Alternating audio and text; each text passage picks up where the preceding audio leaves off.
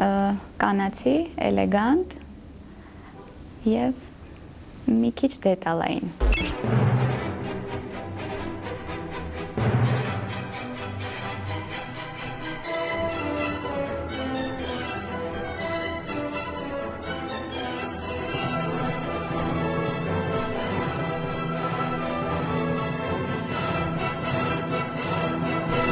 Իրականում մասնագիտությունս ընտրել է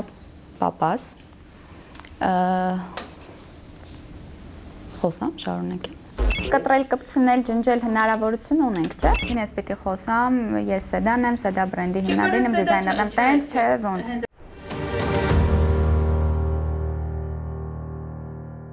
Հագուստի հանդեպ իմ սերը միշտ է եղել, բայց ես իրեն չեմ վերաբերվել որպես մասնագիտություն։ Եվ ավագ դպրոցս ավարտելուց հետո այդպես ես ուզում եի քննիչ դառնալ, բայց հետո հասկացանք, որ դե այդքան էլ իմ մասին չի։ Ու ընդունվեցի Հայ-ֆրանսիական քոլեջ, հագուստի դիզայնի բաժին։ Ես այդ ժամանակ 16 տարեկան էի ու պատմությունը սկսվել է դեռ այդ ժամանակվանից, այսինքն 13 տարի է սովորել, ավարտել, հետո աշխատել եւ հետո արդեն 3 տարի է սկսել է Սեդա բրենդի գործունեությունը։ Ողջունել են, աջակցել են ու իրականում աջակցության շնորհիվ է, որ կարողանում եմ աշխատել, կարողանում եմ ստեղծագործել, կարողանում եմ աճել, որովհետեւ աջակցությունը ու նաև խոսեցինք բարդությունների մասին, այդ բարդություններն ու դժվարությունները հաղթահարել առանց աջակցության, դա երևի թե անհնար կլիներ։ Այս տարի նորաձև են շագանակագույնի բոլոր երանգները, թրենդային են դա, այս տարի նաև շատ նորաձև է կաշիները, որոնք որ մեծ ծավալով ներգրաված են նորաձևության մեջ։ Նաև, ինչպես նկատում եմ առաջիկայում ձմեռը, մեզ մոտ շատ ակտուալ է լինելու մորթիները։ Բնական թե էկո այդ հարցին չեմ ուզում անդրադառնամ, որովհետև նախ հիմա համաշխարհային նորաձևությունն էլ ոչ այդքան չի պրոպագանդում բնական մորթիները, այլ թե կաշին, թե մորթիները նախընտրում են էկո տարբերակները։ Նորաձևությունը դա դե բազային հիմնական սև, սպիտակ, մոխրագույն երանգները միշտ կան մեր զգեստապահարանում, իսկ արդեն մնացածը նորից կրկնվեմ անհատականության մոտեցումների հարցա նաև քո ունեցած զգեստապահարանը համադրելու նոր իրերի հետ։ Ինչպես կհամադրես քո ունեցածը եւ նոր այս տարվա թրենդները մնացած բոլոր իրերի հետ։ Ես ինքս ինձ վրա չեմ սիրում շատ գունավոր բաներ ու չեմ կրում շատ գունավոր բաներ, բայց սիրում եմ տեսնել հագած մարդկանց, ովքեր հագնում են գունավոր, բայց ես ինքս չեմ կրում ու իմ բրենդն էլ շատ գույների մասին չի, իսկ ամենահամադրությունը ինձ համար երևի թե սևի ու սպիտակի համադրությունն է։ Օրինակ բաց լիմոնի գույնը սևի հետ ինձ համար մի քիչ ոչ այդքան ընդունելի տարբերակ է։ Երբ որ դիմում են քեզ, առաջին բանը, որ ես հաշվի եմ առնում, դա մարդու անհատականությունն է, իր բնավորությունն ու իր տեսակը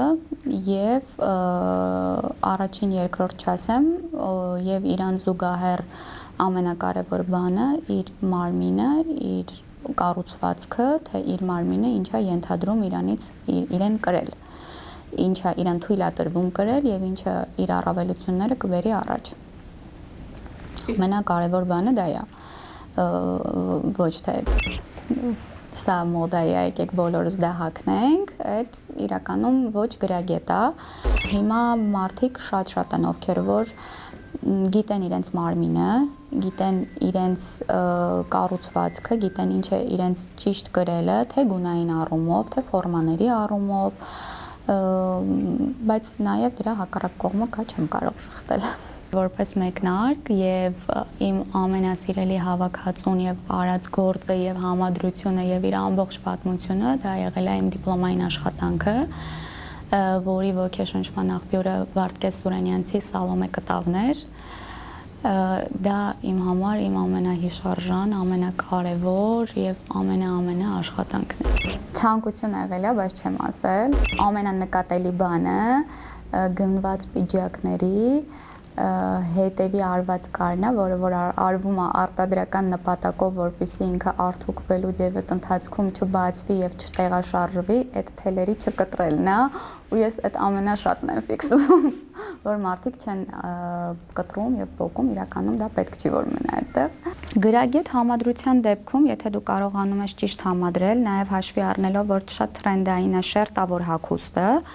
դու կարող ես բազմաշերտ հագուստ գրել, որը իրանից կարող է ենթադրել 5, 6, 7 գույն, առաջնայինը ճիշտ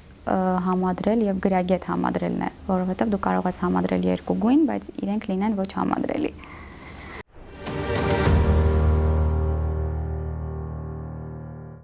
Chanel, Dior եւ նաեւ շատ տպավորվել է ինձ մոտ նաև վերջին երևի 2 տարի առաջ, 1 տարի առաջ Balenciaga-ի ֆիլմը 6 սերիանոց, որը դուրս էր եկել։ Ֆիլմն է ինձ շատ տպավորել եւ նաև ինքը, որովհետեւ ես շատ լավ հիշում եմ այդ շրջանը, որ ես շատ տպավորված էի այդ ֆիլմով։ Հիմա եւ ամեն օր էլ ավելի Հայաստանում դիզայնը եւ ընդհանրապես նորաձևության հանդեպ հետաքրքրությունը եւ այն կուլտուրան, ինչը իրանից ենթադրում է ընդհանրապես նորաձևությունը, տարին տարվա վրա զարգանում է մեզ մոտ։ Դժվար է աշխատել Հայաստանում, քանի որ ունենք դժվարություններ մեր երկրում լիքը մասնագիտական ստեղծագործելու առումով չունենք, այլ արտադրական process-ի, նյութերի մասով դժվարություններ ունենք, փոքր քաղաքում բիզնեսը պահել, արտահանել, ներկայանալ, դրսևորվել եւ Հայաստանի սահմաններից դուրս գալ, դա բավականին դժվար է։ Ոլորտը դժվար է։ Դրա համար ճանապարհը նույնպես դժվար է։ Ու ես առաջինը միշտ ասում եմ, որ պետքա պատրաստ լինեք այդ անցնելու, որովհետև շատ դժվար ճանապարհ է սպասվում, չնայած որ կարծում եմ բոլոր մասնագիտություններն էլ ջանք աշխատանք պահանջում են։ Կոմպրոմիսի եմ գնում, փորձելով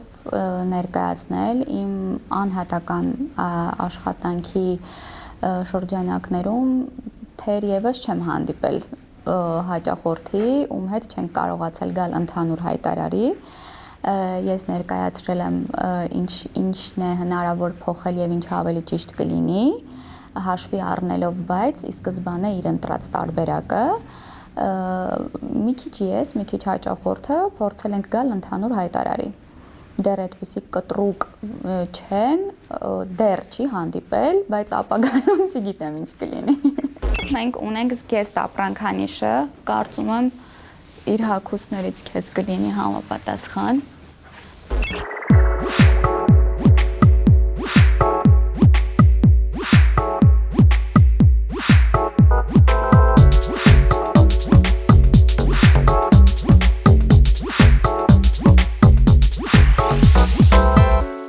Բրենդի անունը ընտրելիս բավականին երկար եմ մտածել։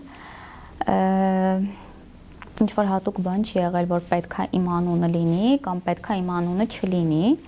Իմ անունը ընտրվել է շատ երկար մտածելուց հետո եւ հիմնական հարցերը ինչու՞մն էին, որ Սեդա անունը միջազգային անուն է, համենայն դեպս ոչ միայն Հայաստանում է։ Սեդան կարդալը եւ արտասանելը եւ հիշելը բավականին հեշտ է, ինչը մարդկանց եւ նաեւ հետո միջազգային շուկայում օտարերկրացիների համար բավականին հեշտ է արտասանել, հիշել, ֆիքսել։ Դրա համար որոշվեց եւ կանգ առա հենց Սեդա անունի վրա։ Իրականում չէի ասի, որ մեկը մյուսի հետ կապա, որովհետև ինքս շատ սոցիալական հարթակներում ներկայացող մարդ չեմ եւ նույն չգիտեմ ինչպես է ճիշտ ասելը բլոգեր կամ նման ինչ-որ նման ակտիվություն ես չունեմ, հետեւաբար իմ անձը բրենդի վրա չի արտահայտվում եւ չլինելով այդպիսին իրականում ժամանակ առ ժամանակ բրենդն է, որ անդրադառնում է ինձ վրա ու մարդիկ ուղղակի ճանաչում են ինձ որպես Սեդա բրենդի դիզայներ, բայց ոչ ավելին ինչ որ տենց հատուկ անհատականություն կամ տենց ինչ որ մի բան։ Ես շատ սխալ, ինձնից մենակ է սահակս։ Ձեր բրենդն է, ձեր ստեղծած։ Հագնում եմ, ես շատ եմ հագնում, բայց շալվարն է այսօր հագս ինձնից մենակ։ Ես օգտվում եմ հայ դիզայներների հագուստից եւ հայկական հագուստից, առհասարակ ինքս էլ լինելով դիզայներներից մեկը կարևորում եմ օգտվել, գնահատել, որովհետեւ առաջինը մենք մեր վերաբերմունքով պիտի ցույց տանք ինչպես է դա անել։ Շատ բրենդերից Նիկոլյան եմ կրում, Harmony եմ կրում, կոշիկներից ինքս էլ ունեմ կոշիկ, բայց նաև կրում եմ Բոյակչյան եմ կրում, Զարդերից եմ կրում, Source, ինչպես է գնալու։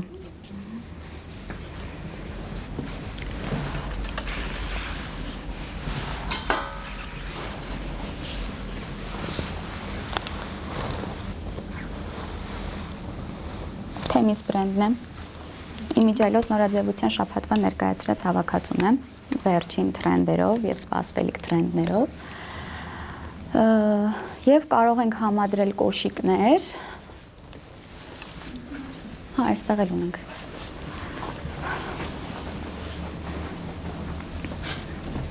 եւ օրինակ կարող ենք համադրել սա կկրես այս համադրությունը Սիրով ես հենց այսպես կներկայացնեմ Այսպես, կիսաշրջած գեստը և պիջակը։ Ես վոգի ամսագրից թրած եմ։ Կարող ենք զարդեր նաև ավելացնել։ Եթե պետք է, ես չի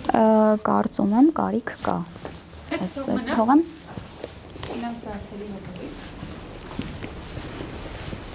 Արծաթագույն ես ավելի շատ կրում։ Հիմնական։ Կամ բացառում ես։ Ահա։ Ինչ ունենք։ Իսկ ակտիվ գույների հետ զարդերը ճիշտ է։ Կարող ես շեշտադրում անել ակտիվ գույներով։ Օրինակ կարող ես գրել մատանին հայ դիզայներների մասին, ովքեր անում են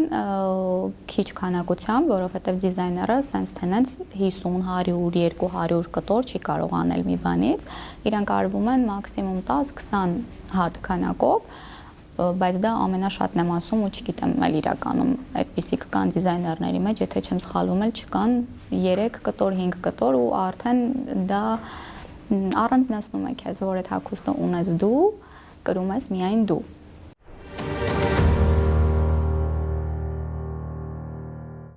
Նորաձև լինելը գնի մասին չի ընդհանրապես, որովհետև դա զգացողություն է, դա շատ անձնական է ու դա շատ ներքին բան է ու ես դա իմ սեփական կարծիքն է, որ գումարը ընդհանրապես կապ չունի նորաձև լինելու հետ, քանի որ կարող ես քեզ հասանելի գնային սեգմենտի մեջ գտնել նորաձև հագուստ եւ լինել շատ նորաձև Այստեղ ավելի ըստ իս խնդիրը որակապես լավ հագուստ կրելն է եւ այդ մշակույթը ընդունելն ու հասկանալն է։ Իսկ ինչ վերաբերվում է բարձր գներին, եթե դա խոսքը վերաբերվում է դիզայներական հագուստին, դիզայներական հագուստը արդեն իսկ ինքն իրենից ենթադրում է բարձր գին, քանի որ դա նախ առաջինը արված է դիզայների կողմից դա արված է հատուկ, արված է որակյալ նյութերով կամ օրինակ արված է ընդամենը 1 կամ 2 օրինակից եւ գիտակցել, որ դա ունես դու եւ օրինակ եւս 2 հոգի կամ դա բացառապես քո համար է արված, դա արդեն իսկ կարեւոր չափանիշ է գումար տալու համար։ Միշտ հաճելի է, երբ որ զանգահարում են կամ նման հարցով դիմում են, ինձ շատ հաճելի է դա առաջինը Եվ բաց եմ ես բոլորի համար իրականում, կարիք կա, որ պետք է աջակցություն, թե խորհրդի կարգով եւ միջև անգամ հանդերձանքի մասով, ես միայն ուրախ եմ բոլորի զանգերին պատասխանել եւ հարցերին պատասխանել։ Չեմ սիրում այդ վիճակները իմ մասին չի, story անեմ, պատմեմ, նկարվեմ, այս անեմ, այն անեմ, չգիտեմ ինչ անեմ։ Ինձ ասում են, որ խանգարում է, բայց ինձ չի խանգարում, անձնապես ինձ չի խանգարում, Չեմ մտածել երբեք այդ հարցի շուրջ, որ պետքա ես դառնամ շատ հայտնի, որպեսզի բրենդը լինի հայտնի։ Եվ իրականում շատ ուրախ եմ, որովհետև բոլոր կարծիքներին հակառակ ես ինքս իմ փորձով կարող եմ ասել, որ չլինելով ես հայտնի եւ շատ մարդկանց ճանաչելիությունը չունենալով իմ բրենդը ճանաչումը եւ ճանաչելիությունը ձեռք բերում ամեն օր ունի արդեն իսկ հավատարիմ հաճախորդներ, ովքեր նորից ու նորից վերադառնում են ինձ մոտ, ես դա կարող եմ փաստել, որ կապ չունի քո ճանաչելիությունը եւ ոչ ճանաչելիությունը։ Երբեք չեմ մտածել դադարելու մասին, չեմ կարող պատասխանել։ Նախ կայանալ Հայաստանում, կայանալ եւ մեծանալ ու ճանաչելի լինել Հայաստանում եւ հետո նոր արդեն դուրս գալ միջազգային հարթակներ։ You could be the greatest, you could be the best, you could be the King Kong banging on his chest, you could beat the world, you could beat the war, you could talk the Congo banging on his door. Նորաձևության շաբաթը ինքնադրսևորվելու ճանաչելիության մասին է եւ մեր հայկական Երևան Fashion Week-ը 3-րդ տարին է ինչ Հայաստանում է եւ հաշվի առնելով առաջին, երկրորդ եւ երրորդ տարին արդեն այս տարի նկատելի էր ամեն տարի նկատելի է աճը